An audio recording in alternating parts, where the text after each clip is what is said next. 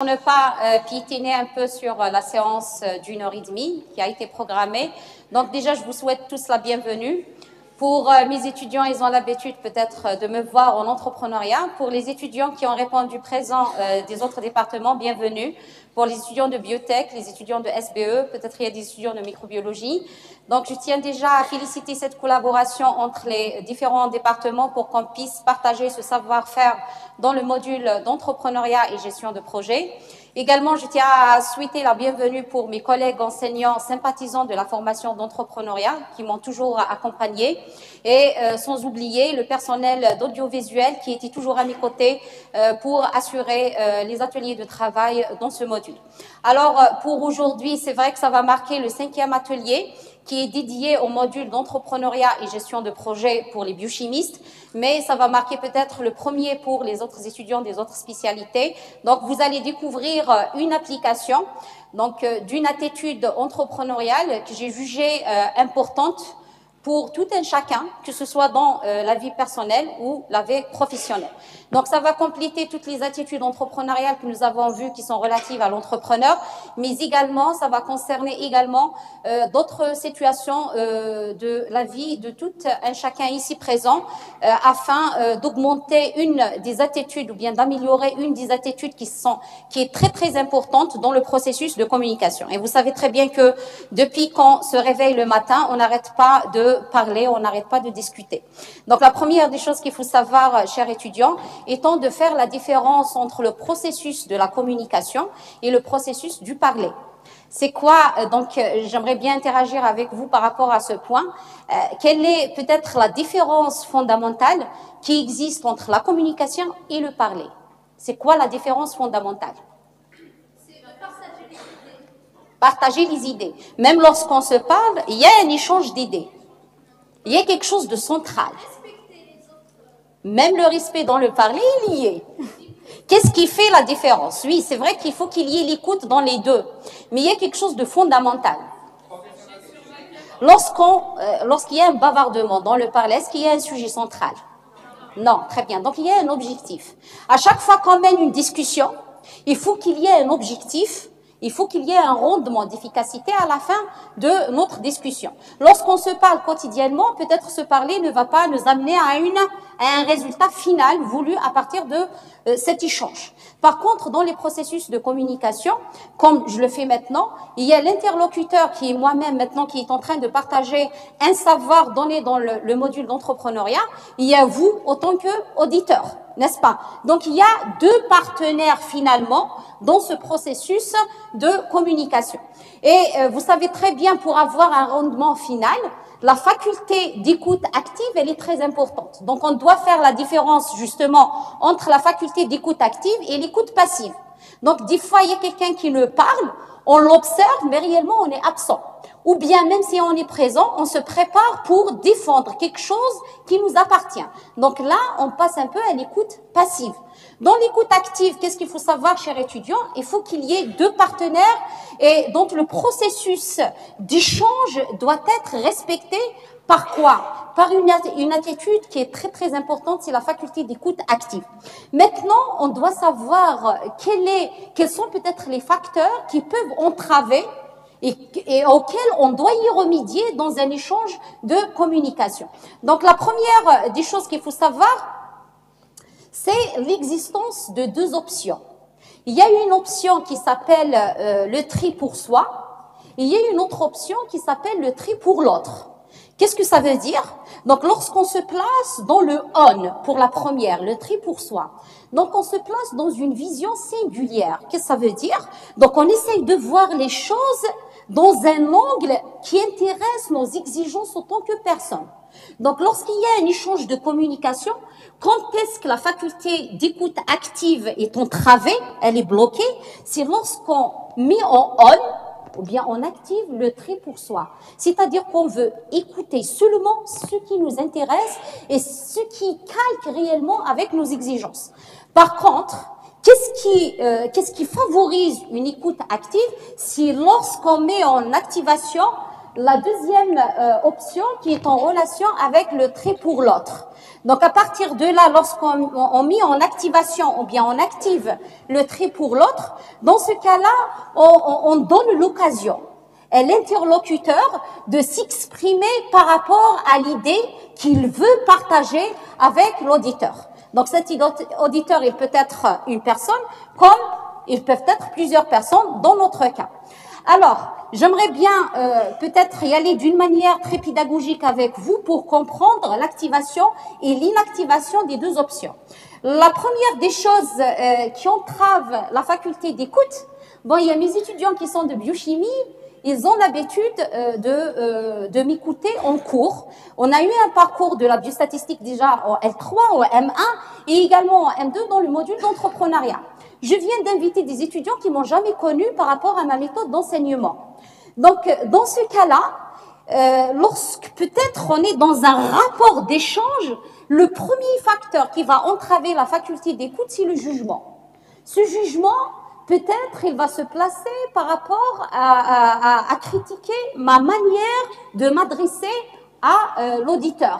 Donc peut-être un étudiant ici présent, il va se dire sa manière de transmettre l'information ne m'est pas adéquate. Pourquoi? Parce qu'il n'a pas l'habitude de me voir en cours. Qu'est-ce que ça veut dire?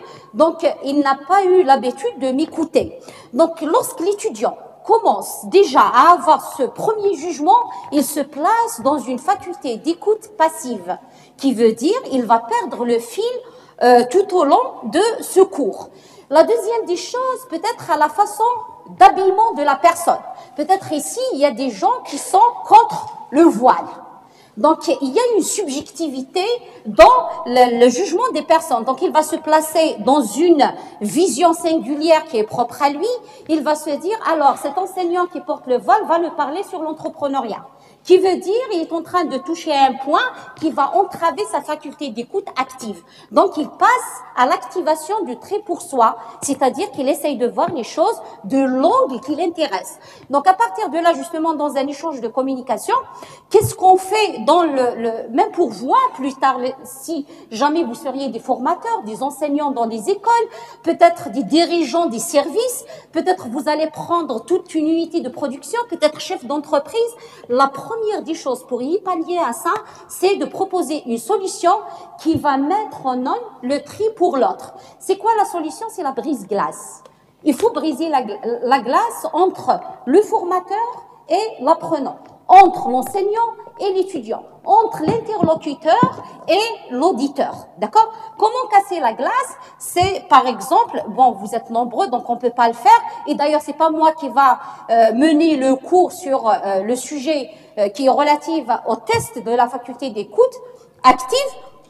Mais si jamais l'occasion l'y est, donc qu'est-ce qu'on va faire? Il y a beaucoup de processus qui cassent la glace. Donc comme elle a l'habitude de faire Madame Rahmani dans le cours de communication, par exemple un jeu de rumeurs. C'est pour mettre une convivialité, une ambiance conviviale entre l'étudiant et l'enseignant, entre le formateur et l'apprenant, entre un chef d'entreprise. Par exemple, si vous êtes chef d'entreprise, lorsque vous allez rentrer, vous n'allez pas entamer directement la feuille de route de l'entreprise. Sûrement, il y aura une discussion qui va mettre une ambiance familiale afin de discuter à l'aise. Surtout lorsqu'il s'agit des sujets qui sont timides. Ils n'arrivent pas à aborder un sujet, donc c'est bien de les mettre à l'aise pour qu'ils puissent s'exprimer sur un sujet donné, peut-être qui leur tient à cœur. Donc c'est pour ça que l'auditeur a des devoirs et des droits, l'interlocuteur également a des devoirs et des droits. Donc dans ce cas-là, lorsqu'on est dans un rapport d'échange en communication, pour assurer une faculté d'écoute active qui est rentable et efficace, il faut qu'il y ait des remèdes de part et d'autre. C'est-à-dire que l'auditeur va essayer d'activer le trait pour l'autre, c'est-à-dire il va donner le respect pour la personne qui parlait pour qu'elle puisse transmettre l'information, et l'interlocuteur essaiera d'élaborer des processus pour intégrer et impliquer l'ensemble des présents dans ce sujet d'apprentissage ou bien dans le sujet de la formation. Donc ça, c'est le premier facteur. Le jugement, on l'a tous, n'est-ce pas? Donc, lorsqu'on a une personne qui parle en face de nous, on se place toujours dans le jugement. Comment elle s'est habillée, comment elle parle, comment elle est faite, surtout lorsqu'elle est nouvelle. Donc, ce jugement, il entrave la faculté d'écoute. Le deuxième facteur, c'est quoi?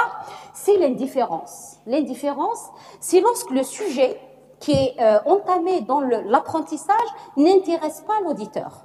C'est pour ça, des fois, dans certaines formations, on dit qu'il ne faut pas donner l'information pour quelqu'un qui ne l'a pas demandé. D'accord? Donc, pour vous, par exemple, le contexte d'aujourd'hui, c'est un module qui vous intéresse tous, c'est les programmés, donc c'est l'entrepreneuriat et gestion de projet, et également une attitude personnelle à développer, un atelier de travail pratique, c'est-à-dire le besoin, il est là. Donc, l'indifférence, elle est contrecarrée en quelque sorte. Donc, si vous êtes en plein apprentissage, vous êtes des formateurs, donc la première des choses qu'il faut savoir, est-ce que le public cible l'intéresse le sujet d'apprentissage? Est-ce qu'il l'intéresse le projet abordé? Est-ce que ça l'intéresse la finalité du travail avec lui? Donc, si on arrive justement à détecter l'indifférence, on pourra facilement motiver l'ensemble des présents sur un sujet donné. D'accord? Chose que vous allez découvrir aujourd'hui. Je suis en train de faire l'introduction par rapport à la faculté d'écoute, mais le sujet central, on essaiera d'aborder les deux en même temps. C'est-à-dire, on va travailler la faculté d'écoute sous forme d'un test pratique, mais en même temps, c'est en découvrant un sujet qui nous intéresse tous. D'accord? Donc, le troisième facteur qui est fondamental, c'est l'évaluation des connaissances. Donc, des fois, lorsqu'on est en plein apprentissage, on a des notions qui sont vagues sur le sujet. Et on vient avec un pré-bagage.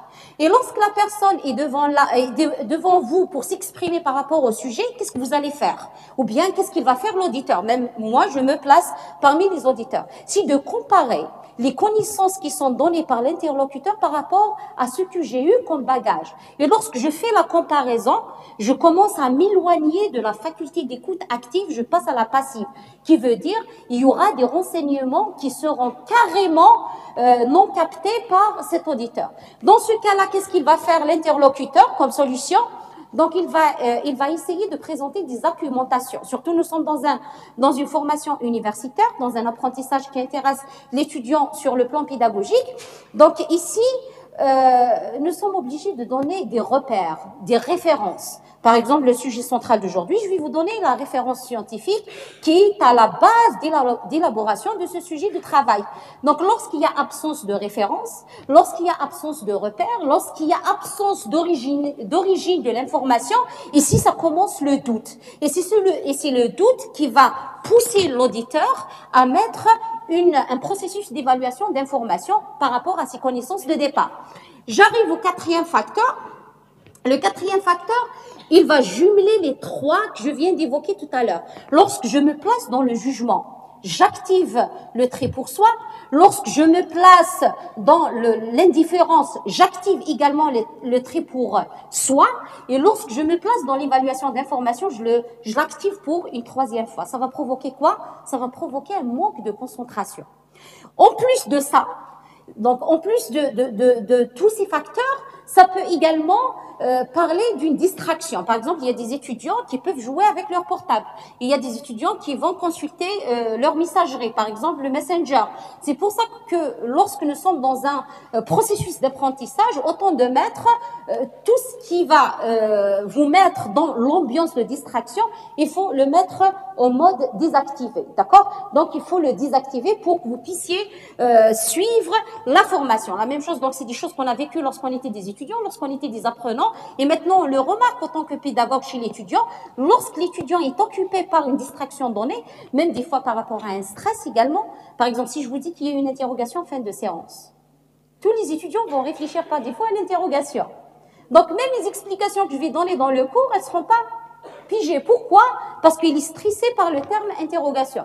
Et également, lorsqu'on est fatigué, ça peut également provoquer un manque de concentration chez l'auditeur. C'est pour ça que l'interlocuteur, qu'est-ce qu'il va faire? Lorsqu'il s'agit d'un rapport de communication, il doit trouver un processus participatif. C'est-à-dire, il va faire participer les apprenants d'une manière à les faire vivre dans l'ambiance et ils vont carrément sortir des facteurs qui provoquent peut-être un manque de concentration et de ce fait, donc, ils vont se placer dans le mode trait pour soi et ils vont être carrément à côté ou bien sur la marge donc de la formation. Donc c'est vrai qu'il n'y a pas que ces facteurs. Donc je suis en train de mettre un volet global par rapport donc aux facteurs qui provoquent un peu la rupture entre l'interlocuteur et l'auditeur. Pour justement tester votre faculté d'écoute, qu'est-ce que j'ai programmé dans l'atelier? On l'a déjà fait l'année passée avec les étudiants de Master 2. Donc, cette année, j'ai voulu qu'il soit un autre sujet qui sera abordé dans la faculté d'écoute. Vous allez voir que lors de cette séance, non seulement qu'on va rentrer dans l'exercice, parce que la meilleure manière pour apprendre, c'est de s'exercer. D'accord? Lorsqu'on rentre dans l'exercice, on apprend. Mais lorsqu'on reste dans le volet théorique, c'est vrai que d'une manière générale, on garde l'information, mais tant qu'on ne l'a pas pratiquée, on pourra pas la comprendre et avoir cette expérience de manipulation. Donc pour aujourd'hui, on va essayer de s'exercer par rapport à la faculté d'écoute. Vous allez faire un test pratique. Donc c'est une application. Et pour contrecarrer à votre jugement, surtout pour ceux qui ne me connaissent pas, c'est pas moi qui va parler. Donc, ce sera une audio. Donc, vous allez écouter quelqu'un d'autre. Donc, il n'est pas devant vous. Donc, vous seriez carrément, c'est-à-dire cette partie de jugement, ce facteur qui entrave la faculté d'écoute. Donc, on va le mettre en quarantaine. Et encore, pourquoi ici à l'auditorium et non pas à l'amphi 4? Parce que tout simplement, dans cette salle, justement, il y a les conditions favorables pour tester votre faculté d'écoute. Vous êtes loin de la distraction du bruit. D'accord? Donc, pour contrecarrer, par contre, à l'indifférence, donc j'ai pris un sujet d'actualité. Vous avez tous vécu l'information, la nouvelle information qui a été évoquée dans l'arrêté 1275, qui stipule l'élaboration des diplômes de master. Et on trouve, donc, ma propre expérience et celle de mes collègues enseignants, dit qu'en quoi beaucoup d'étudiants se posent la question par rapport à cette histoire du BMC. Qu'est-ce que ça veut dire le BMC? Est-ce que vous connaissez en tant que biologiste ce que ça veut dire un BMC? Et pourtant, c'est une annexe qui est très importante. Elle est fondamentale dans le mémoire, dans la préparation du mémoire de sujet de projet start-up. Donc, il faut qu'il y ait une annexe qui va s'intéresser au business model Calvin. Le business model Calvin, bon, lorsque j'étais en plein, c'est-à-dire dans le début de ma formation, c'était du charabia pour moi. Biologiste de formation, BMC, c'est quelque chose de marketing, d'économie, c'est de la technique. Donc, comment remplir tout ça? Donc, je savais pas à l'époque. Donc, alors qu'il s'agit tout simplement d'un processus à comprendre d'une manière très synthétique. Donc, c'est un sujet central qui va vous intéresser déjà pour le découvrir et qui rentre dans le module d'entrepreneuriat et gestion de projet. Lorsqu'on fait entrepreneuriat et gestion de projet, il y a ce volet de la culture entrepreneuriale pour développer les attitudes comme celle d'écoute que je viens de noter tout à l'heure, mais en même temps, vous allez développer également un esprit technique dans la mise en place de votre business model. Donc, c'est le sujet central qu'on va analyser qui va motiver votre écoute. Pourquoi? Parce que la majorité veulent découvrir comment on doit noter, comment on doit remplir, de quoi il s'agit justement ce business model. Le deuxième facteur qu'on doit contrecarrer, c'est l'argumentation, c'est-à-dire au lieu de se placer dans l'évaluation d'informations, vous allez avoir une vidéo qui a été extraite des travaux du pionnier, donc de la mise en place du BMC. Est-ce que vous connaissiez le fondateur du BMC? Celui qui a inventé le BMC.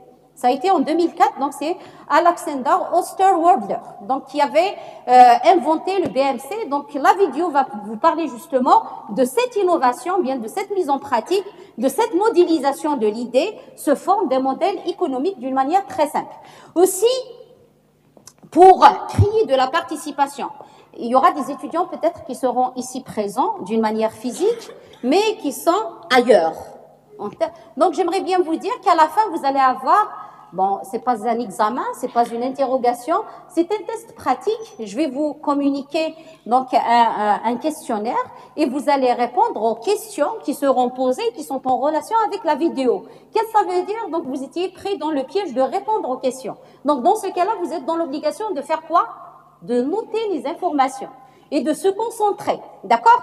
Donc maintenant, pour les règles de jeu, pour ne pas m'attarder sur ça, donc les règles de jeu, c'est quoi?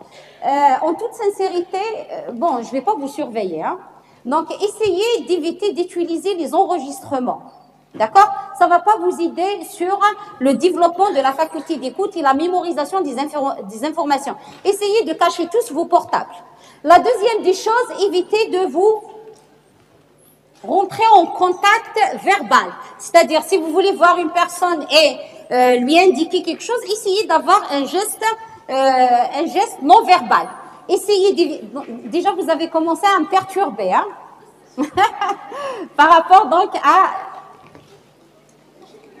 Qu'est-ce que vous préparez? Mais par la suite, je vais vous dire quand est-ce que vous allez commencer. Ça, je suis en train de vous dicter la règle de jeu.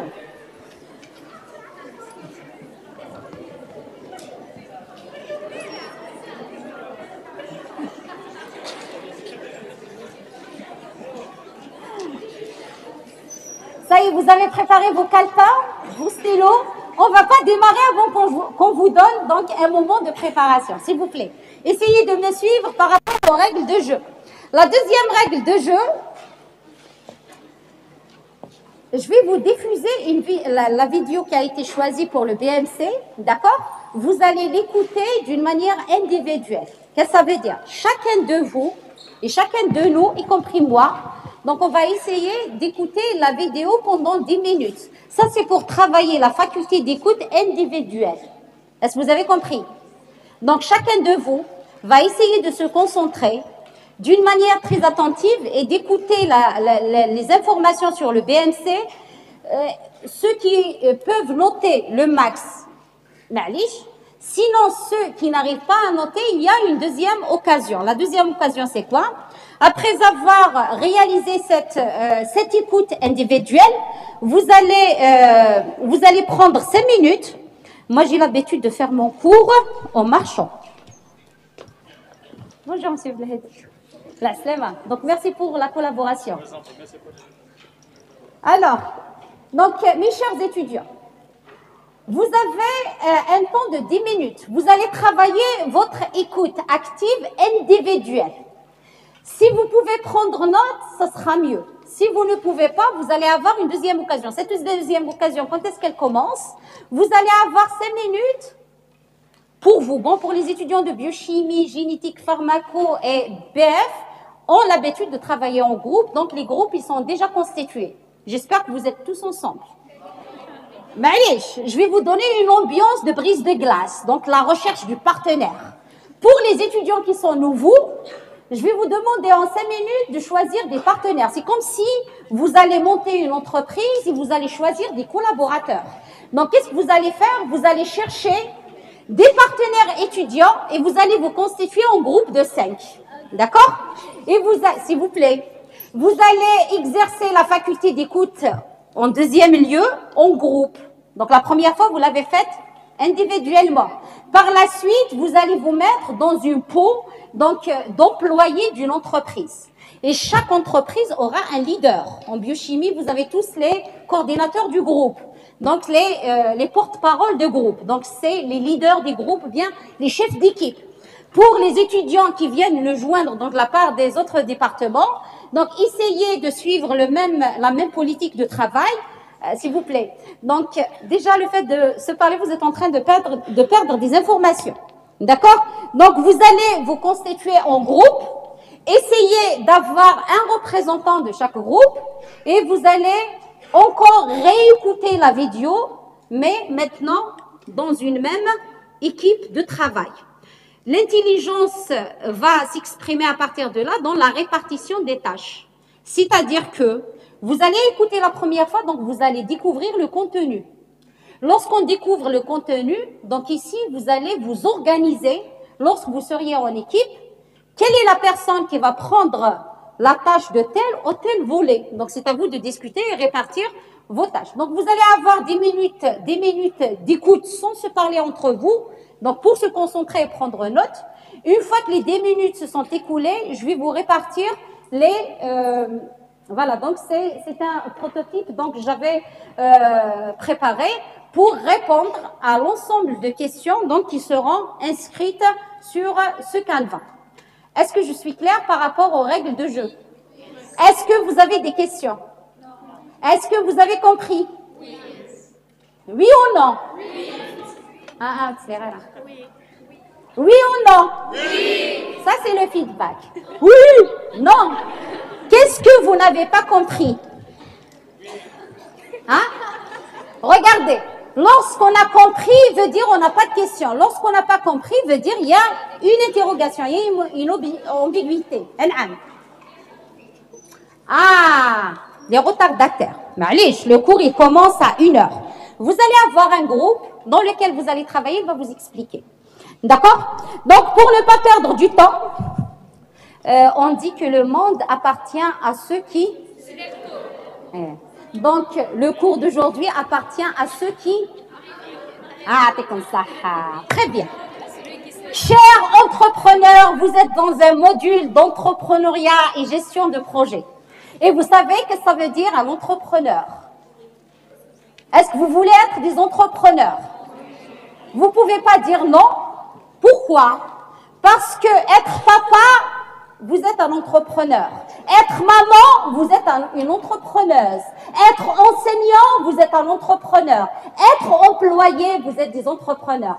Être étudiant, vous êtes des entrepreneurs. Vous n'allez pas vous échapper au concept d'entrepreneuriat parce que tout simplement, aujourd'hui, dans le cours d'entrepreneuriat implémenté dans les programmes de formation, s'intéresse plutôt à la culture entrepreneuriale et à l'éducation de notre étudiant d'aujourd'hui pour qu'il devienne le meilleur entrepreneur de demain, quelle que soit sa casquette portée.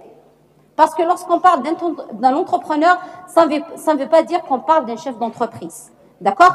Donc, lorsqu'on parle d'entrepreneur, il faut le comprendre dans son sens global. Donc, chers entrepreneurs de nature étudiant, donc vous êtes censés maintenant de suivre la vidéo, de prendre votre calepin, de se concentrer, éviter de juger, éviter d'être indifférent envers le sujet, éviter d'être dans la mesure d'évaluation de connaissances et éviter d'être distrait par n'importe quel facteur externe. J'aimerais bien avoir des exemples donc d'étudiants de biologie qui sont là pour s'intéresser à cet apprentissage de base. Donc je vous souhaite une bonne écoute. Madame Rahmani. Comment vous assurer de la viabilité commerciale de votre entreprise? Comment convaincre des investisseurs que votre projet est viable? Comment bien cerner votre modèle d'affaires et le faire évoluer? Vous pouvez répondre à toutes ces questions grâce à un modèle nommé le Business Model Canva. Le Business Model Canva signifie littéralement en français Canva de modèle d'affaires. Dans cette vidéo, vous allez découvrir les secrets du Business Model Canva et comment l'utiliser. Mais qu'est-ce qu'un modèle d'affaires? Un modèle d'affaires modélise la manière dont une entreprise crée de la valeur pour ses clients, comment elle achemine cette valeur à ses clients et comment elle capte et récupère une partie de la valeur en retour. Pour formaliser le modèle d'affaires d'une entreprise, Alex Osterwalder et Yves Pigneur ont inventé un Canva qu'ils ont nommé le Business Model Canva. Le Business Model Canva contient 9 blocs qui couvrent les 4 grands axes d'une entreprise, à savoir les clients, l'offre, les infrastructures et la viabilité financière. Le tout décrit justement comment l'entreprise va créer, capter et retenir de la valeur. Décrivons ces 9 blocs en prenant l'exemple de Body Shop. Le premier bloc, c'est la clientèle. Il s'agit de cerner pour qui vous créez de la valeur. Qui va acheter et payer le produit? Autrement dit, quels sont les clients les plus importants et le segment ou la niche de clients à attaquer en priorité? Vous devez définir les individus qui composent un segment, c'est-à-dire ceux qui ont des besoins, des comportements et d'autres attributs en commun. Ce sont des gens qui ont le même besoin et que vous pourrez servir via le même canal avec une communication similaire. Vous pouvez évidemment servir plusieurs segments, mais il faudra bien les définir. Body Shop, par exemple, cible les femmes qui sont respectueuses de l'environnement, en particulier des animaux, et dont le soin et la beauté n'est pas le seul critère. Elles ne veulent pas se sentir belles au détriment de la nature. Le second bloc, c'est la proposition de valeur. Il s'agit de l'offre. On va décrire ici la valeur que vous apportez au client. Pour synthétiser le problème que vous adressez, vous faites un résumé de la promesse que vous effectuez. Posez-vous ces questions. À quel besoin répondez-vous? Quel problème continuez-vous à résoudre? Et avec quel produit ou service? Vous ferez ce travail pour chaque segment spécifiquement. La proposition de valeur de Body Shop consiste en une gamme large de cosmétiques qui ont été produits dans le respect de l'environnement et dont il est garanti qu'ils n'ont pas été testés sur les animaux. Lorsque les consommatrices achètent Body Shop, elles n'achètent pas que des produits, mais adoptent aussi un ensemble de valeurs liées à la protection de l'environnement. Une approche militante qui est propre à la marque. Le troisième bloc, ce sont les canaux. Il s'agit du pont entre la proposition de valeur et la clientèle. Autrement dit, par quel canal ou circuit de distribution vous allez mettre votre produit à disposition de vos clients. Il existe des canaux plus ou moins longs et plus ou moins rentables. Ici, on parle bien de tous les canaux qui se situent entre votre proposition de valeur et votre clientèle. À vous de bien définir les canaux que vous voulez employer. Par exemple, par quel canal allez-vous vendre? À l'aide du e-commerce, dans la grande distribution, par prospection téléphonique, par email ou sur les réseaux sociaux? Ou peut-être en créant votre boutique ou votre réseau de boutiques. Pensez aussi au service après-vente. Pour accéder à sa clientèle, Body Shop a créé un réseau de boutiques. Et pour développer ce réseau à l'international, la marque utilise un système de franchise. En plus, elle dispose également d'une boutique en ligne complétant ses boutiques physiques avec du e-commerce. Le quatrième bloc, ce sont les relations clients. Dans ce bloc, on décrit la manière dont on entre en relation avec les clients, en mentionnant aussi le coût de cette relation. S'agit-il d'une communauté que l'on anime, d'une communication directe par email ou par courrier? Vous avez tout intérêt à miser sur une relation longue avec vos clients afin qu'ils se transforment en clients récurrents, en ambassadeurs. Vous pouvez y parvenir notamment en appliquant le psychomarketing. Dans cette étape du canevas, à vous de définir le type de relation que vous établissez avec vos clients. Pourquoi reviendraient-ils acheter des produits chez vous? On peut dire que Body Shop a une communication plutôt singulière. Aucune campagne de publicité sur ses produits à proprement parler, mais uniquement du militantisme. Des campagnes autour de la protection des animaux, de la lutte contre les stéréotypes de maigreur imposés aux femmes, de la lutte contre les violences conjugales, etc. Le cinquième bloc, ce sont les flux de revenus. Votre modèle sera pérenne si vous gagnez de l'argent.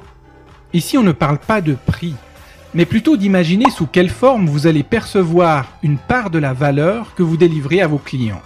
Autrement dit, comment vous gagnez de l'argent?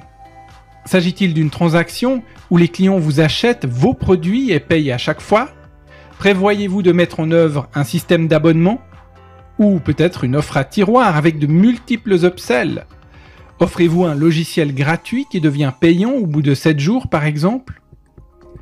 Les flux de revenus de Body Shop proviennent des masters franchisés et des franchisés, de la vente de produits dans les boutiques physiques et sur sa plateforme e-commerce, ainsi que des redevances des licences de franchise. Le sixième bloc, ce sont les ressources clés. Quelles sont les ressources indispensables pour faire tourner votre entreprise? De quoi avez-vous le plus besoin? Il s'agit de bien cerner et définir les actifs requis fondamentaux pour que votre modèle fonctionne. Cela peut être des gens, des compétences ou du matériel. Demandez-vous pour chaque ressource si elle est vraiment indispensable. Il faut que ces ressources génèrent le moins de coûts possible. En matière de ressources, Body Shop s'appuie sur le savoir-faire de son personnel, ses ressources financières, ses recettes de produits uniques, son réseau de plusieurs milliers de boutiques notamment. Le septième bloc, ce sont les activités clés. Quelle est l'activité de l'entreprise? Quelles activités sont nécessaires à la réalisation de la proposition de valeur Et comment est-ce que vous mettez cette valeur à disposition du segment que vous avez défini? Il s'agit ici de bien décrire les actions les plus importantes pour que le modèle fonctionne. D'ailleurs, quelles sont les activités clés de Body Shop? Il s'agit de créer et distribuer des produits issus du commerce équitable qui respectent l'environnement et d'animer son réseau de boutiques et de communiquer sa marque essentiellement. Le 8e bloc, ce sont les partenaires clés. De quel partenaire, de quel fournisseur avez-vous besoin pour faire fonctionner votre entreprise? Par exemple, pour combler certaines ressources que vous jugez devoir être externalisées. Identifiez tous les intervenants stratégiques dont vous avez besoin. Ici, vous allez décrire votre réseau de partenaires et de fournisseurs essentiels pour que votre modèle puisse marcher. Les partenaires de Body Shop, ce sont ses franchisés à travers le monde, mais aussi tous les partenariats que l'entreprise a noués pour permettre de produire et de vendre les produits selon ses normes strictes. En outre, la société s'appuie sur un réseau de plus de 130 fournisseurs dans une vingtaine de pays. Le 9e bloc, c'est la structure de coûts. Vous identifiez les coûts les plus importants, les coûts qui sont liés aux activités et aux ressources clés. Il faut penser à tous les coûts générés par votre entreprise. Vous l'avez remarqué, les blocs sont tous interconnectés. Ils s'influencent les uns les autres. Ainsi, le bloc des canaux va influencer la structure de coûts, la proposition de valeur impacte le flux de revenus qui est lié aux ressources clés et qu'on va utiliser pour bâtir cette proposition de valeur. Ce qui va aussi avoir un effet sur les partenaires clés et également sur les activités et les coûts encore une fois. Pour Body Shop, il s'agit de l'ensemble des coûts liés à l'activité, à savoir les coûts de revient de ses produits, ses coûts de boutique, les frais de personnel, les coûts de ses campagnes de communication, les coûts de développement de nouveaux produits, et ainsi de suite. Vous pouvez faire cet exercice maintenant pour votre organisation ou pour celle que vous souhaitez créer. En définitive, retenez que le business model Canva se compose de 9 blocs qui sont interdépendants. Il s'agit de la clientèle, la proposition de valeur, les canaux, les relations clients, les flux de revenus, les ressources clés, les activités clés, les partenaires clés et la structure de coûts.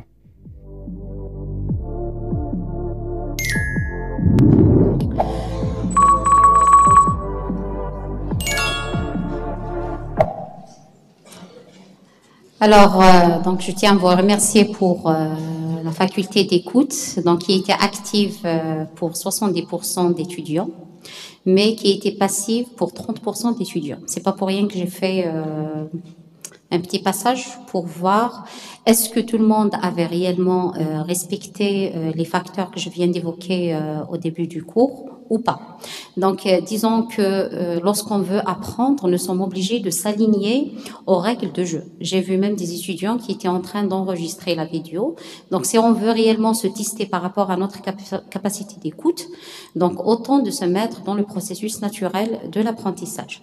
Qui veut dire, je vous ai dit au départ déjà, ça sert à rien de vous surveiller. Donc, j'ai essayé de faire autant que statisticienne, peut-être d'affinité, pour voir au quel point que j'ai réussi peut-être la transmission de l'information et votre sensibilisation par rapport à la faculté d'écoute active. C'est un processus tout à fait normal pour moi parce que je suis en pédagogie et je vois qu'il y a des étudiants toujours qui se concentrent, qui me suivent dans les indications que je donne dans le cours, mais il y a toujours un pourcentage que je peux pas canaliser. Donc si maintenant il y a des individus ici présents, des étudiants qui n'ont pas compris, je serai toujours à votre disposition pour vous éclairer sur les points qui vous semblent ambigus. Mais si c'est par indifférence ou bien par jugement qui est subjectif, donc ici je peux pas y remédier à cette situation. Donc déjà le fait d'écouter cette vidéo en tant que biologiste, vous avez bien remarqué qu'il s'agit donc d'une audio qui s'intéresse au BMC. Je viens d'être interpellée par un étudiant qui s'intéresse aux startups, donc c'est une chose qui est très importante pour moi. Pourquoi? Parce que c'est des blocs qui sont très simples finalement à remplir et il vient de vous dire que vous pouvez vous exercer par rapport à votre idée. C'est-à-dire que même si vous avez une idée qui vous vient à votre esprit, vous pouvez dès maintenant déjà à la structurer. Mais qu'est-ce qui m'intéresse au cours de cette séance, c'est non seulement de tester votre écoute active par rapport à ce que je viens d'exposer, mais par rapport à la capacité de rétention de l'information qui a été donnée. Donc, pour justement vérifier ça auprès des étudiants, je vous ai dit au départ que vous allez vous structurer en groupe. Bon, pour ne pas créer un peu de l'anarchie dans l'auditorium, j'aimerais bien qu'on va se comporter comme des individus intellectuels matures et qui sont au sein de l'université. Donc, pour mes étudiants déjà issus du département de BPC, vous avez vos groupes, vous avez vos leaders de groupe. Déjà, les leaders de groupe vont se présenter auprès de Madame Rahmani. Une fois que la vidéo est finie, afin de récupérer le canevas à remplir. Par contre, pour les étudiants qui sont issus et qui ont été invités à cette séance d'atelier, déjà, je vous ai dit bienvenue. Donc, je dis également, je réitère mes bienvenus pour les étudiants qui viennent d'arriver. C'est une séance d'application, c'est une séance d'exercice par rapport à la faculté d'écoute active. C'est pour ça qu'il faut montrer plus de silence lors de l'écoute. Donc, vous allez avoir une deuxième occasion pour écouter la vidéo, mais tout en travaillant au sein d'une équipe. Pour les étudiants de biochimie, je viens de dire que vous êtes déjà structurés. Essayez de vous mettre en groupe, tel qu'on a l'habitude de travailler à l'amphi. Pour les étudiants qui viennent nous rejoindre des autres départements, je vous demande aimablement de chercher vos partenaires, de se constituer en groupe de 5. Vous avez 5 minutes pour s'organiser, d'accord? Après, une fois que vous avez retrouvé vos partenaires, il faut qu'il y ait sélection d'un leader de l'équipe ou bien un coordinateur de l'équipe qui vient récupérer après la vidéo. Vous avez vu le comportement qui entrave la faculté d'écoute active. Ceux qui ont commencé à s'organiser, c'est des étudiants qui ont déjà leurs équipes. Donc, merci de montrer plus d'écoute pour que les autres puissent comprendre la situation de travail. Donc, je répète, les étudiants des autres départements qui viennent comme invités à cet atelier, d'ailleurs, je vous remercie beaucoup, essayez de chercher des partenaires de votre promotion, essayez de vous mettre en groupe de 5 de ces étudiants et vous avez 5 minutes pour s'organiser et se mettre d'accord. Lorsque vous allez commencer à écouter la vidéo pour une deuxième fois, quelles sont les notes qui seront inscrites par tout un chacun? Vous avez très bien remarqué que la vidéo était autour de 9 blocs qui constituent le BMC. Donc, essayez de répartir les tâches d'une manière à répondre au canevas à la fin de la séance. Merci.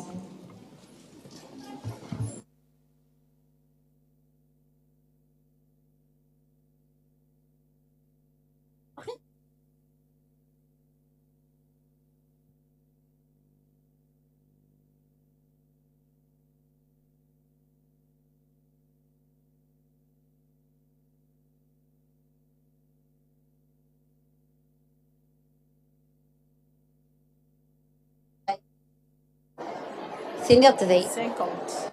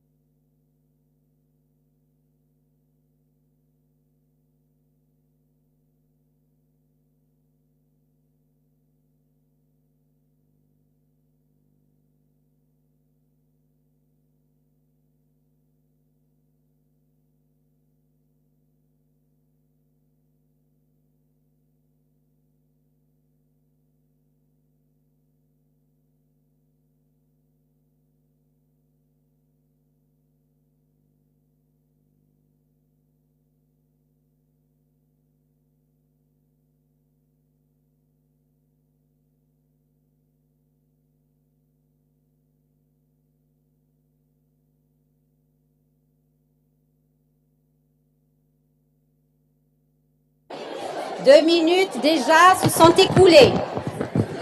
Il vous reste 3 minutes.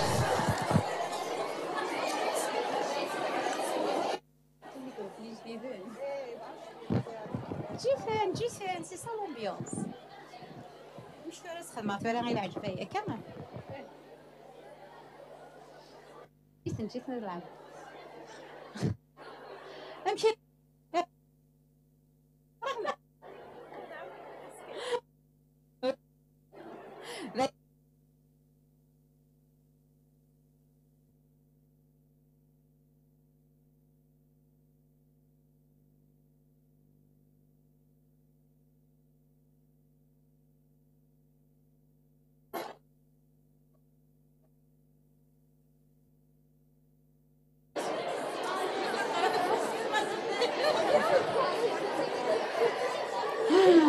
نعم. Bonjour. Je vous ai envoyé l'ordonnance avec l'arrêt de travail. C'est quel nom déjà? Ah oui. Je vous ai envoyé l'ordonnance.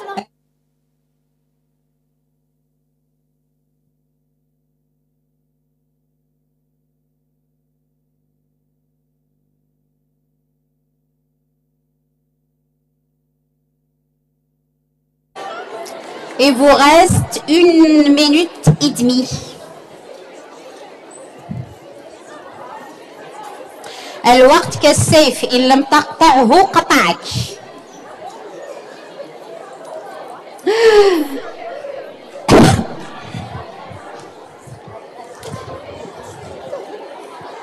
جمعية كان طريقيت.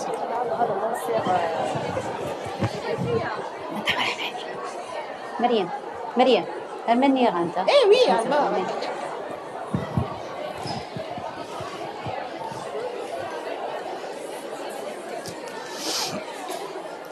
Est-ce que c'est tout le monde qui s'est organisé en groupe de 5, de 4, de 6, l'essentiel une équipe? On ne doit pas retrouver des équipes constituées de 2, 3 étudiants parce que c'est lent comme processus. Est-ce qu'on peut relancer? C'est bon, sinon vous allez dormir ici. Moi, je suis juste à côté. Je sais que beaucoup de vous vont partir pour le week-end. C'est bon? Salah. Alors, Madame Rahmani, on commence, chers étudiants. Essayez de vous concentrer au maximum.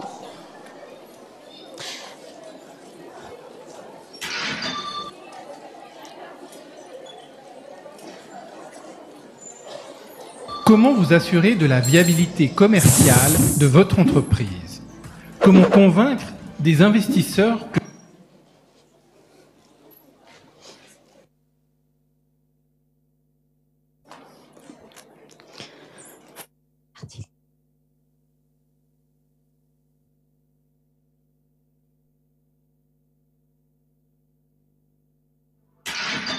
Comment vous assurer de la viabilité commerciale de votre entreprise? Comment convaincre des investisseurs que votre projet est viable? Comment bien cerner votre modèle d'affaires et le faire évoluer? Vous pouvez répondre à toutes ces questions grâce à un modèle nommé le Business Model Canva. Le Business Model Canva signifie littéralement en français « Canva de modèle d'affaires ». Dans cette vidéo, vous allez découvrir les secrets du Business Model Canva et comment l'utiliser. Mais qu'est-ce qu'un modèle d'affaires? Un modèle d'affaires modélise la manière dont une entreprise crée de la valeur pour ses clients, comment elle achemine cette valeur à ses clients et comment elle capte et récupère une partie de la valeur en retour. Pour formaliser le modèle d'affaires d'une entreprise, Alex Osterwalder et Yves Pigneur ont inventé un Canva qu'ils ont nommé le Business Model Canva. Le Business Model Canva contient 9 blocs qui couvrent les 4 grands axes d'une entreprise, à savoir les clients, l'offre, les infrastructures et la viabilité financière. Le tout décrit justement comment l'entreprise va créer, capter et retenir de la valeur. Décrivons ces 9 blocs en prenant l'exemple de Body Shop. Le premier bloc, c'est la clientèle. Il s'agit de cerner pour qui vous créez de la valeur. Qui va acheter et payer le produit? Autrement dit, quels sont les clients les plus importants et le segment ou la niche de clients à attaquer en priorité? Vous devez définir les individus qui composent un segment, c'est-à-dire ceux qui ont des besoins, des comportements et d'autres attributs en commun. Ce sont des gens qui ont le même besoin et que vous pourrez servir via le même canal avec une communication similaire.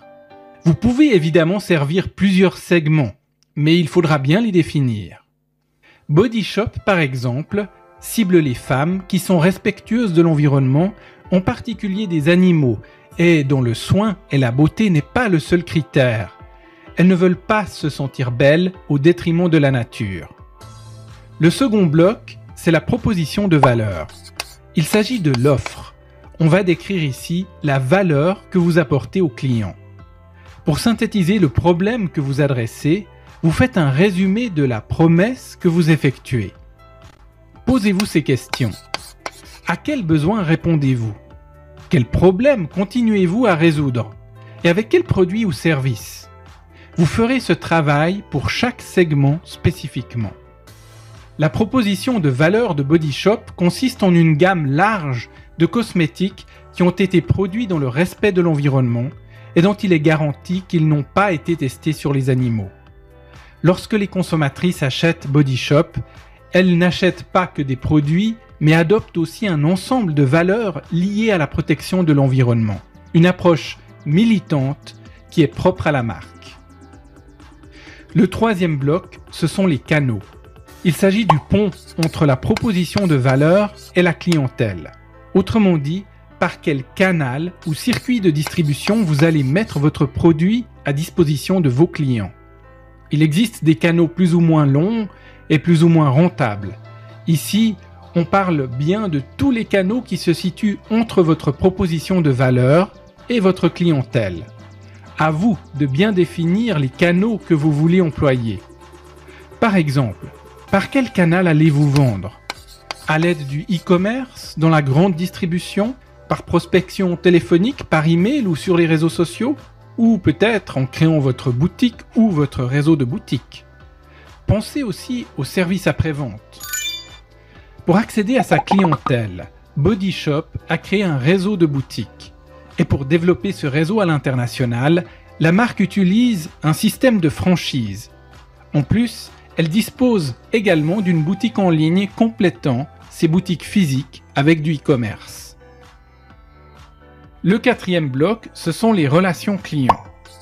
Dans ce bloc, on décrit la manière dont on entre en relation avec les clients, en mentionnant aussi le coût de cette relation.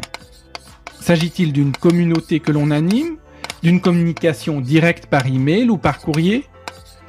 Vous avez tout intérêt à miser sur une relation longue avec vos clients afin qu'ils se transforment en clients récurrents, en ambassadeurs. Vous pouvez y parvenir notamment en appliquant le psychomarketing.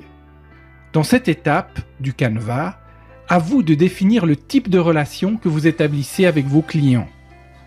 Pourquoi reviendraient-ils acheter des produits chez vous? On peut dire que Body Shop a une communication plutôt singulière. Aucune campagne de publicité sur ses produits à proprement parler, mais uniquement du militantisme. Des campagnes autour de la protection des animaux, de la lutte contre les stéréotypes de maigreur imposés aux femmes, de la lutte contre les violences conjugales, etc. Le cinquième bloc, ce sont les flux de revenus. Votre modèle sera pérenne si vous gagnez de l'argent.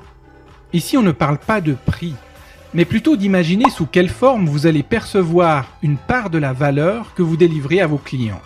Autrement dit, comment vous gagnez de l'argent? S'agit-il d'une transaction où les clients vous achètent vos produits et payent à chaque fois? Prévoyez-vous de mettre en œuvre un système d'abonnement? Ou peut-être une offre à tiroir avec de multiples upsells? Offrez-vous un logiciel gratuit qui devient payant au bout de 7 jours par exemple? Les flux de revenus de Body Shop proviennent des masters franchisés et des franchisés, de la vente de produits dans les boutiques physiques et sur sa plateforme e-commerce, ainsi que des redevances des licences de franchise. Le 6e bloc, ce sont les ressources clés. Quelles sont les ressources indispensables pour faire tourner votre entreprise? De quoi avez-vous le plus besoin? Il s'agit de bien cerner et définir les actifs requis fondamentaux pour que votre modèle fonctionne. Cela peut être des gens, des compétences ou du matériel. Demandez-vous pour chaque ressource si elle est vraiment indispensable. Il faut que ces ressources génèrent le moins de coûts possible. En matière de ressources, Body Shop s'appuie sur le savoir-faire de son personnel, ses ressources financières, ses recettes de produits uniques, son réseau de plusieurs milliers de boutiques notamment. Le 7e bloc, ce sont les activités clés. Quelle est l'activité de l'entreprise? Quelles activités sont nécessaires à la réalisation de la proposition de valeur et comment est-ce que vous mettez cette valeur à disposition du segment que vous avez défini? Il s'agit ici de bien décrire les actions les plus importantes pour que le modèle fonctionne. D'ailleurs, quelles sont les activités clés de Body Shop? Il s'agit de créer et distribuer des produits issus du commerce équitable qui respectent l'environnement et d'animer son réseau de boutiques et de communiquer sa marque essentiellement. Le 8e bloc, ce sont les partenaires clés. De quels partenaires, de quels fournisseurs avez-vous besoin pour faire fonctionner votre entreprise? Par exemple, pour combler certaines ressources que vous jugez devoir être externalisées. Identifiez tous les intervenants stratégiques dont vous avez besoin. Ici, vous allez décrire votre réseau de partenaires et de fournisseurs essentiels pour que votre modèle puisse marcher. Les partenaires de Body Shop, ce sont ses franchisés à travers le monde, mais aussi tous les partenariats que l'entreprise a noués pour permettre de produire et de vendre les produits selon ses normes strictes. En outre, la société s'appuie sur un réseau de plus de 130 fournisseurs dans une vingtaine de pays. Le 9e bloc, c'est la structure de coûts. Vous identifiez les coûts les plus importants, les coûts qui sont liés aux activités et aux ressources clés. Il faut penser à tous les coûts générés par votre entreprise. Vous l'avez remarqué, les blocs sont tous interconnectés. Ils s'influencent les uns les autres. Ainsi, le bloc des canaux va influencer la structure de coûts, la proposition de valeur impacte le flux de revenus qui est lié aux ressources clés et qu'on va utiliser pour bâtir cette proposition de valeur. Ce qui va aussi avoir un effet sur les partenaires clés et également sur les activités et les coûts encore une fois. Pour Body Shop, il s'agit de l'ensemble des coûts liés à l'activité, à savoir les coûts de revient de ses produits, ses coûts de boutique, les frais de personnel, les coûts de ses campagnes de communication, les coûts de développement de nouveaux produits, et ainsi de suite. Vous pouvez faire cet exercice maintenant pour votre organisation ou pour celle que vous souhaitez créer. En définitive, retenez que le business model Canva se compose de 9 blocs qui sont interdépendants. Il s'agit de la clientèle, la proposition de valeur, les canaux, les relations clients, les flux de revenus, les ressources clés, les activités clés, les partenaires clés et la structure de coûts.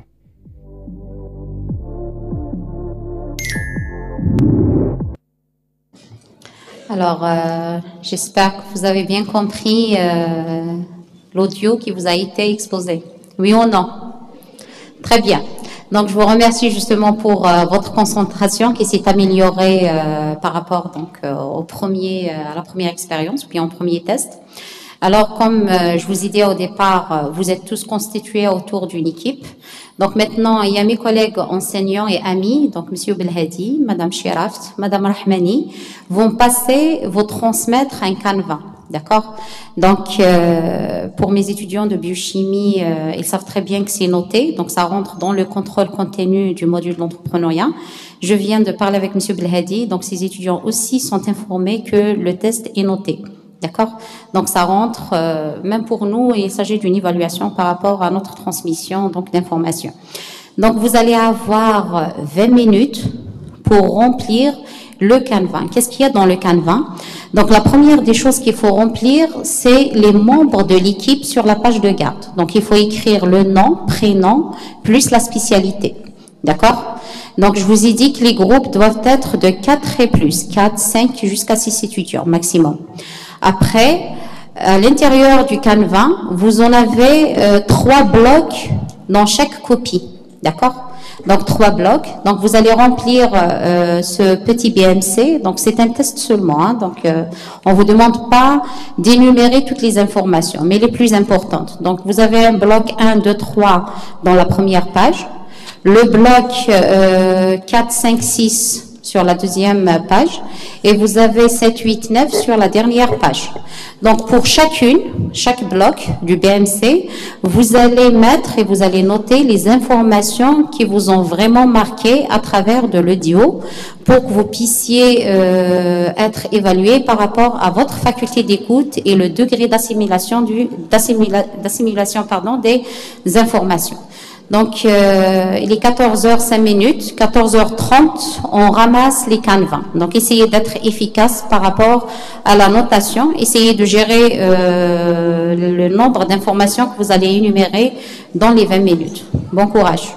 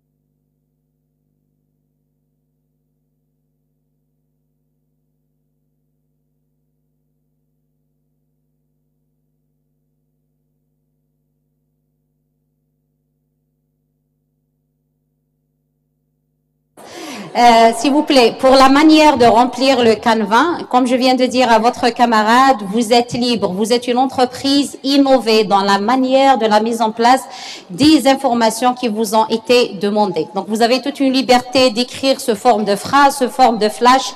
C'est à vous de choisir, peut-être même de faire un graphisme. C'est à vous de voir comment exprimer les informations retenues.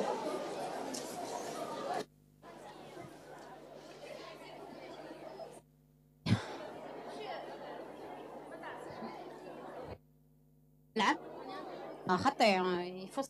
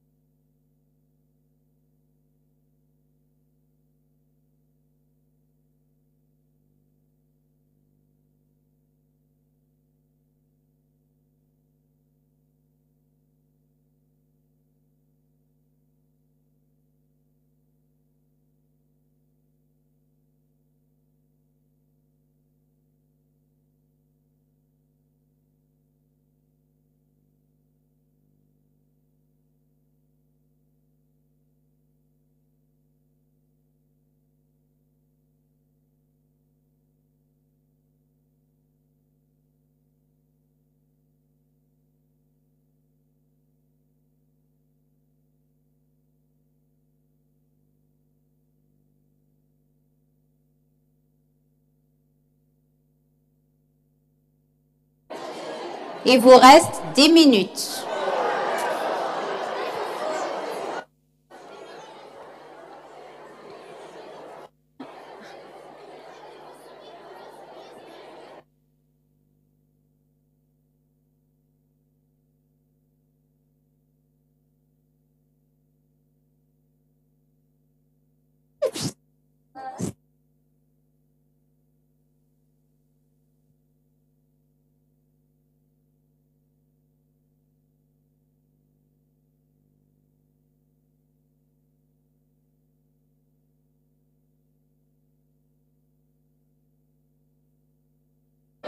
Pour les entrepreneurs, le temps, c'est l'argent.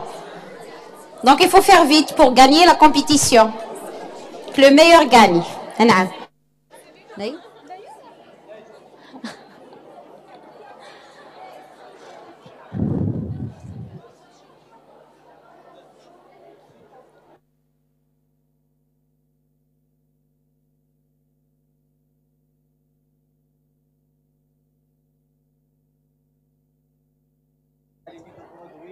Comment on va le transmettre, etc.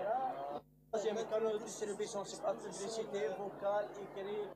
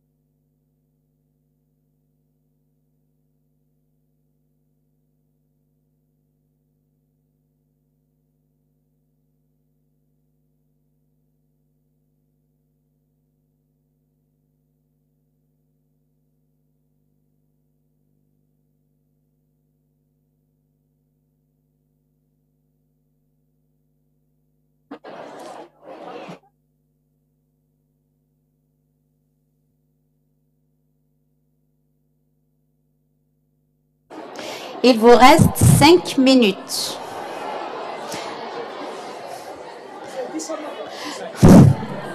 Vous pouvez négocier pour avoir 5 minutes de plus. Vous êtes éveillé, Islam. Alors, il vous reste 10 minutes.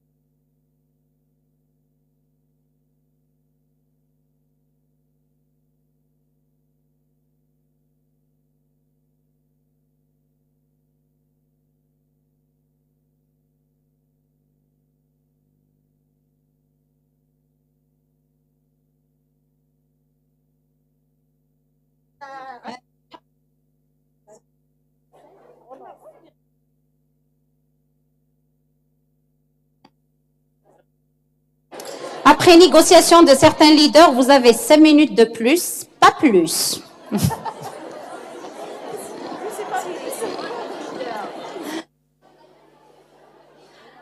Laetitia.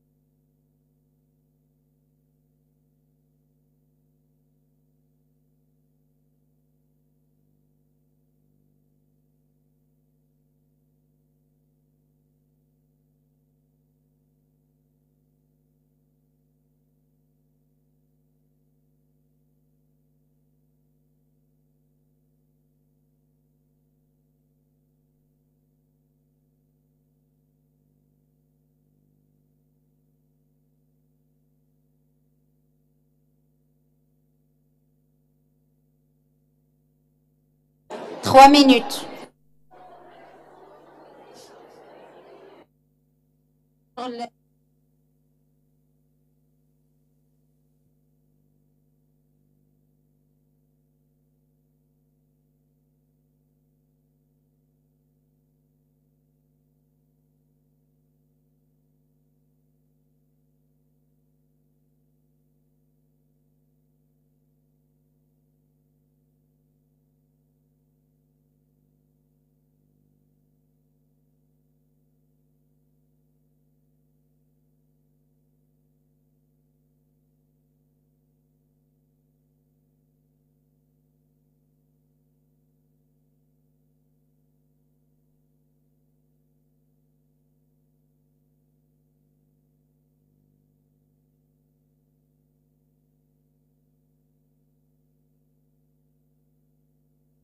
Deux minutes. Yoni.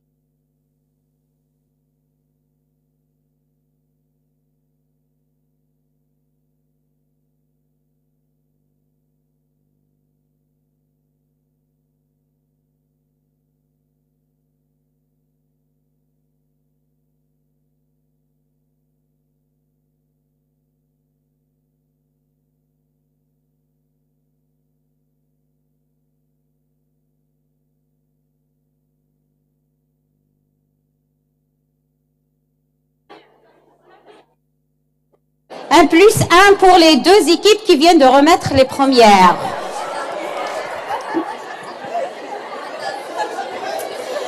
Allez-y. efficace, rapide. نسيمة شحال يتمازال؟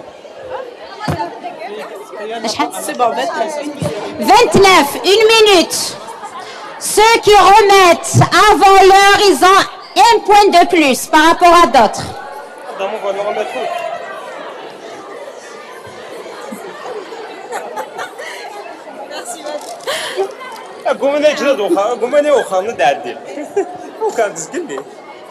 مادام داك تبدامي لا غتبدمي خطيبة دقيقه وباكا كم دينا كان ثورة شمينية من دقيقه قيمة.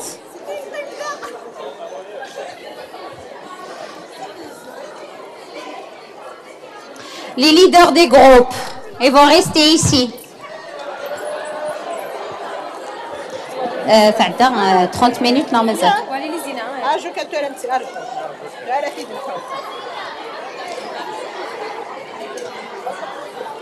Ahmed, انت leader du groupe, tu restes ici. En fait, madame, on est en train de construire Une start-up? un projet. Ah, d'accord. Projet. Non, d'ailleurs, Ouais. de l'université. On est en train de faire de l'e-commerce.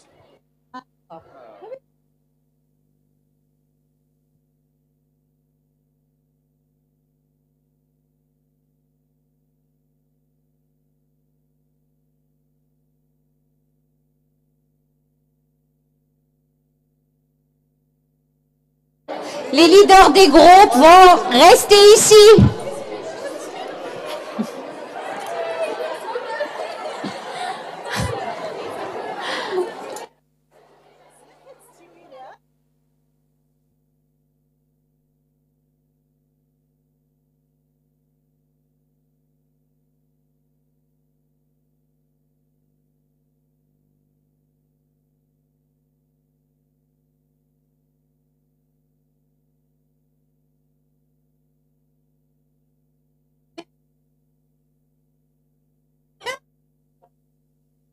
Les derniers, c'est moins 2.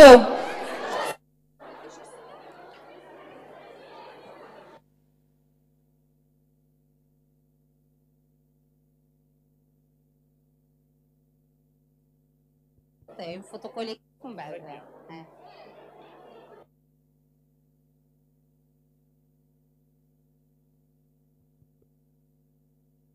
Un, deux. Un, deux. Un, deux.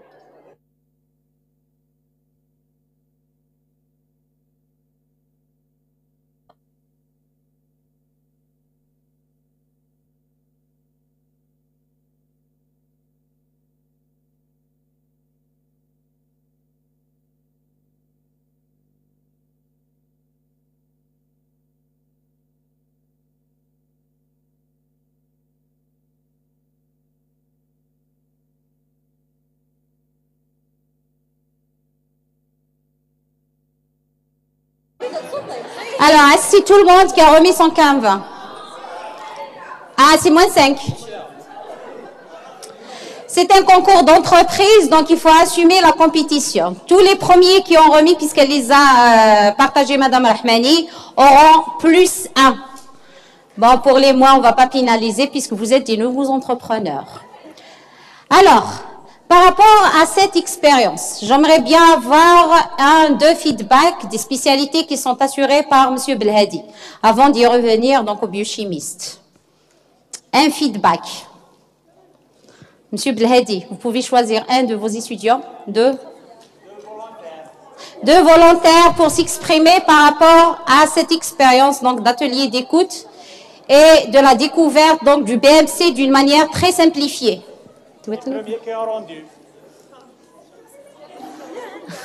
Les premières entreprises, les premières équipes qui ont remis par rapport donc à SPER. Hein? Allez-y.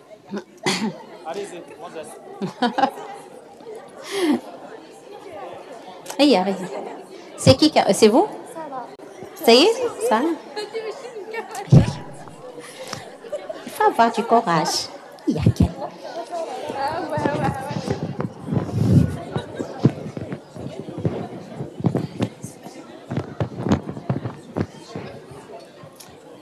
Donc tu essayes de t'exprimer par rapport à ta première expérience. Allez-y. C'est difficile.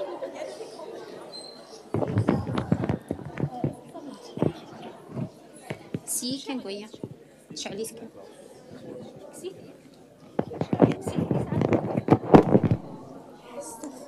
Un, deux.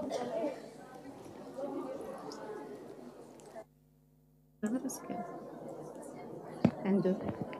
C'est دارة. Un, deux. الناس كان يسرح الداخل.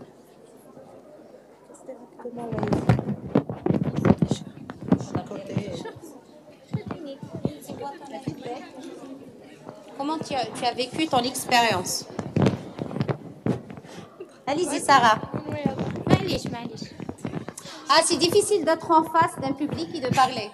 C'est très facile de juger. C'est très facile de critiquer. C'est très facile de regarder. Mais c'est difficile de s'exprimer. Vas-y, Sarah. Comment vous avez vécu votre expérience aujourd'hui?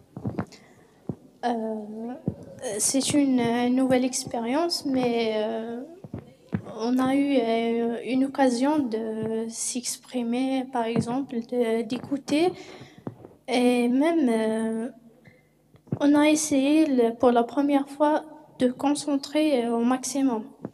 Voilà. Surtout parce qu'elle est notée, alors...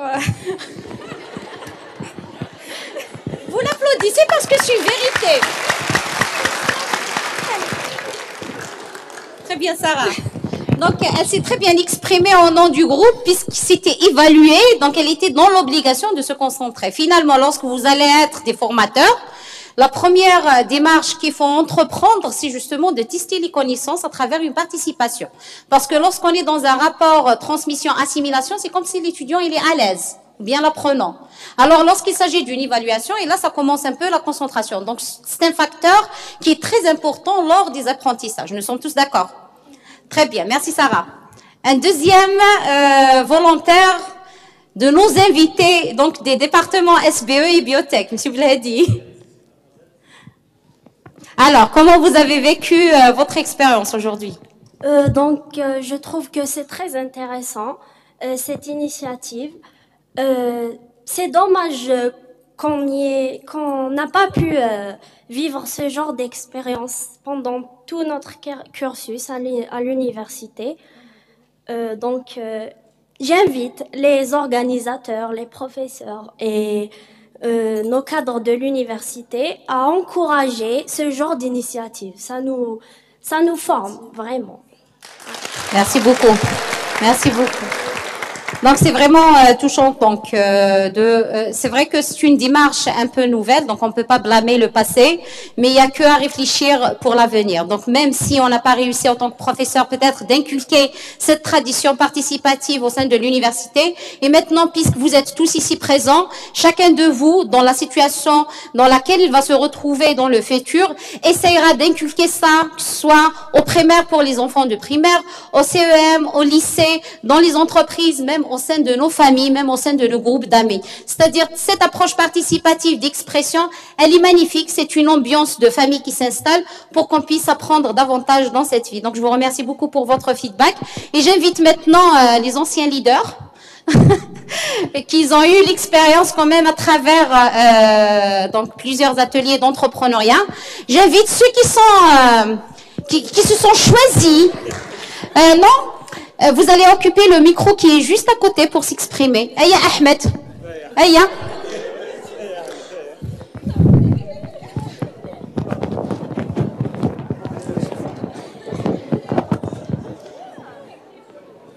Ahmed, vas-y.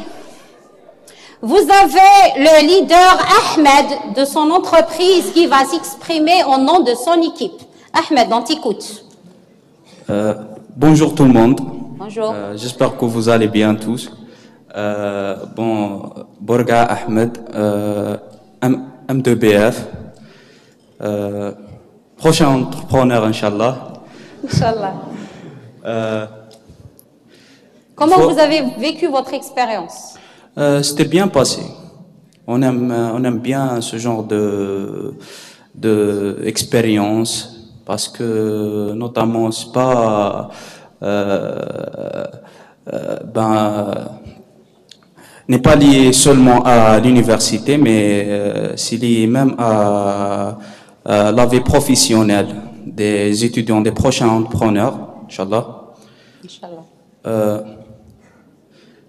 Et c'est ça, espérons que les autres générations vont bénéficier de ce module.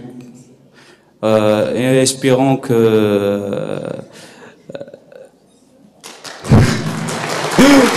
Pardon, je m'excuse parce que je m'attendais pas d'être le premier qui va passer dans cette situation, donc c'est pour cela. Merci Ahmed. Merci. Alors, puisqu'il y a un premier étudiant qui a rigolé sur toi, c'était Salah. Donc Salah, d'en bas, tu montes pour parler, ce sera ton tour. Yanis plutôt.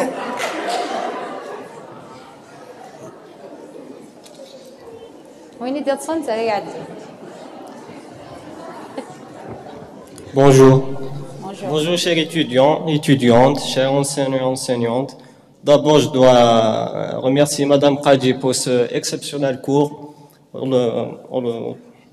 à la durée de nos études, bien sûr.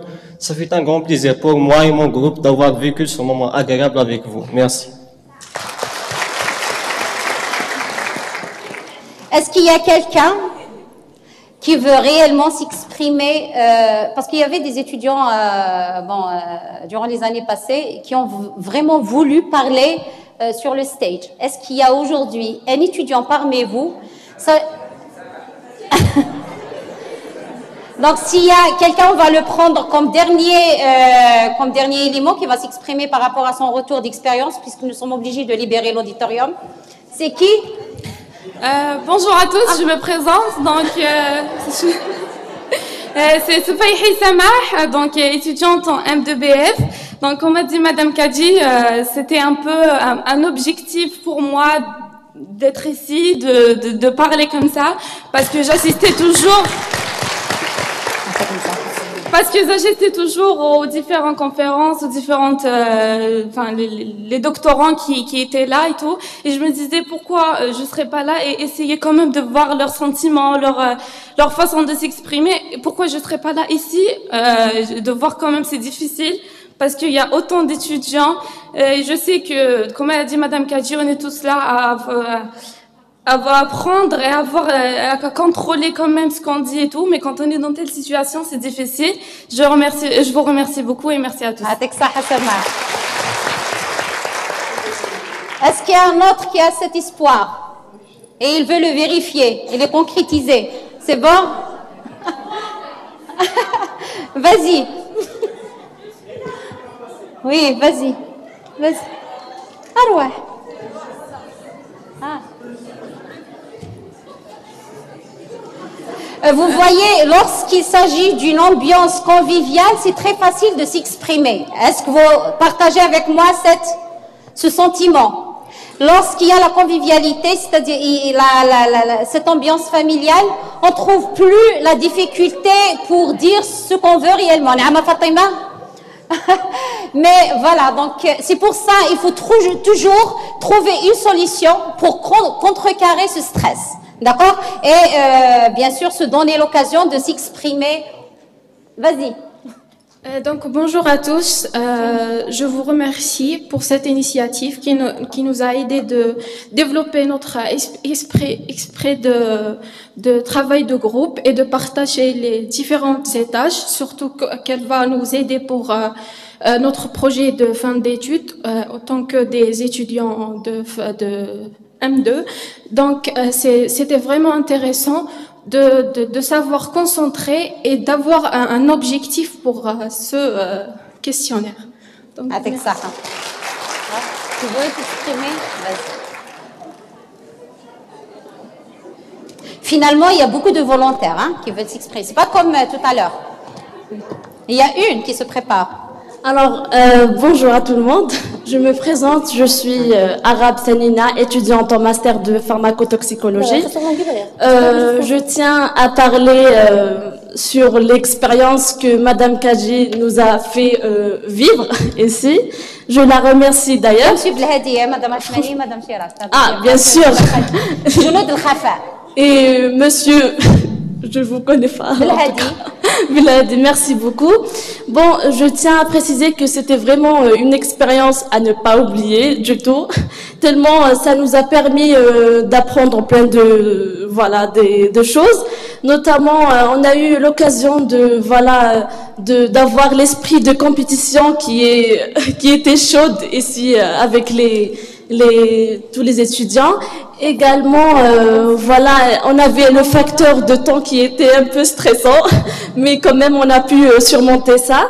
Et je tiens à préciser également que j'avais des retours des étudiants de l'année passée, comme quoi c'était une expérience vraiment excellente, qu'ils n'ont pas pu oublier d'ailleurs.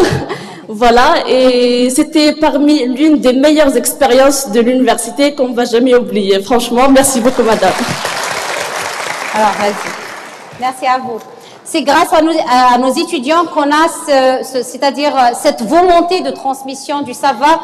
Il n'y a pas que moi. Peut-être j'ai eu la chance parce que j'ai le micro et je monopolise la parole.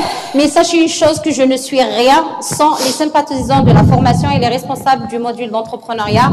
Entre autres, il y a M. Blahadi, il y a Mme Rahmani, il y a Mme Chirat, il y en a d'autres enseignants qui se sont toujours associés, des responsables de filière, des responsables du domaine et beaucoup d'encouragement de la part de certaines structures d'appui. filles ici à l'université, donc il n'y a pas que moi. Hein. Vas-y, c'est mademoiselle Sinjakdi Lydia. Alors, je ne sais pas pourquoi toujours dans ces situations, j'aurai toujours des larmes aux yeux. Alors, je vais parler avec la langue que je veux. Donc, toujours j'ai des larmes aux yeux et j'ai des battements de cœur qui... je ne sais pas comment expliquer ça. Mais, alors, toujours, je voudrais parler donc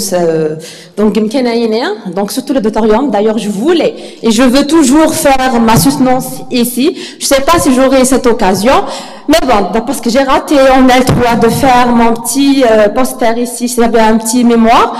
Mais bon, donc pour les biologistes et les enseignants qui sont tous là,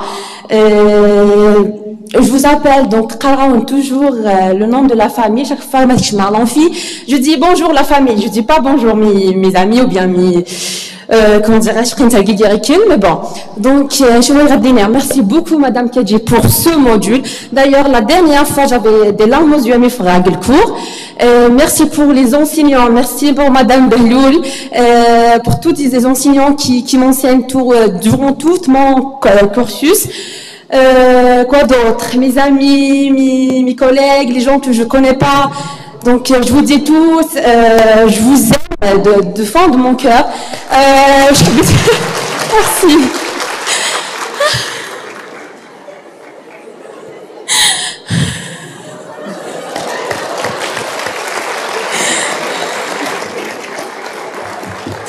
Bon courage pour tout le monde dès maintenant. Donc, je vous souhaite une vie qui va être pleine de succès vraiment après. Et je tiens à vous dire bon courage et puis c'est tout.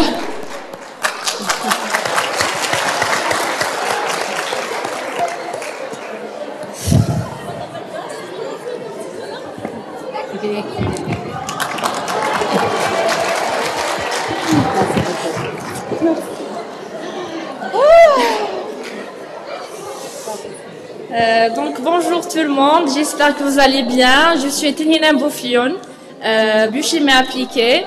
Donc je suis là aujourd'hui juste pour remercier Madame Kadji. Un merci particulier pour votre amour, votre encouragement et votre sérieux dans votre travail. Merci pour tous les étudiants, pour votre sérieux dans le travail de groupe. Merci pour les invités, les profs, Madame Rahmani surtout. Merci beaucoup. Bon, merci beaucoup. Moi, je m'attendais pas à ce retour, sincèrement. J'ai voulu vous forcer peut-être et vous encourager pour que vous puissiez prendre la parole, parce que c'était un rêve pour tout un chacun, peut-être même pour moi lorsque j'étais étudiante, de prendre la parole ici, à l'auditorium, dans un micro, regarder le public et de s'exprimer par rapport à certaines visions. Mais sincèrement, vous m'avez surpris par rapport à ce retour. Peut-être qu'il était caché derrière une motivation, derrière une expérience, derrière un désir, derrière un objectif. Donc c'est vraiment une agréable séance à laquelle j'ai participé. Heureusement que j'étais accompagnée par mes chers collègues, amis et mes chers étudiants. Donc c'est un peu difficile peut-être d'être la première dans le rang. Finalement, c'est pas facile. Voilà, surtout par rapport à l'étudiante qui vient de pleurer maintenant. Donc on va essayer de garder le sourire. Vous m'avez vraiment fait sentir comme si c'est la fin de l'année. Il nous reste encore d'autres ateliers. Donc il y a l'atelier de la semaine prochaine sur le design thinking. Donc comment préparer un prototypage d'un produit d'innovation. Donc on se donne rendez-vous la semaine prochaine. Je vous remercie beaucoup pour votre implication active.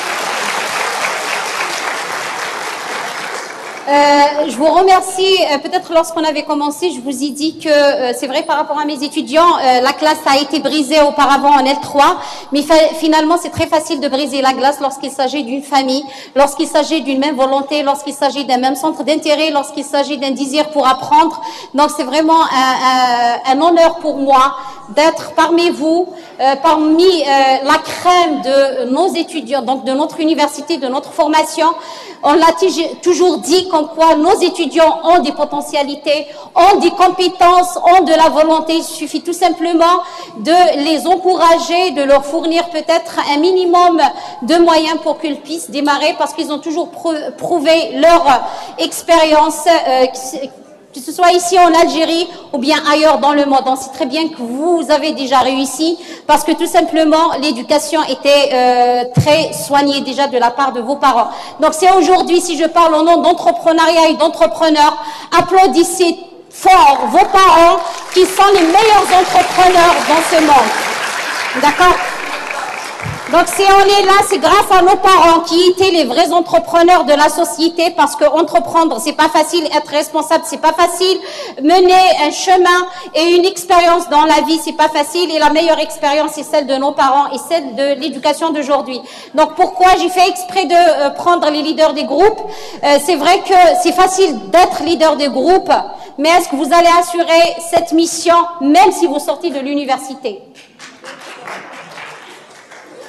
Oui ou non? Ceux qui disent non, non. Donc c'est à refaire leur calcul. Pour le oui, donc c'est une responsabilité, mais finalement nous sommes tous obligés de dire non, donc de dire oui. Sinon, à la fin, j'aimerais bien garder donc et archiver peut-être ce moment qui est vraiment chaleureux et il a sa particularité, se forme d'une photo de groupe. Donc j'invite toute l'assistance, je ne sais pas ce qu'on aura de l'espace ici, sinon on va demander à l'audiovisuel s'il y a possibilité de prendre la photo juste à l'extérieur. Madame Rahmani, donc on essaiera de voir la possibilité de prendre une photo de souvenir tous ensemble.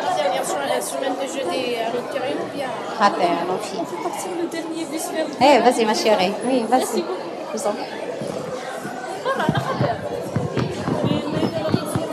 انصف بالميل له فهي possibilité. Ah.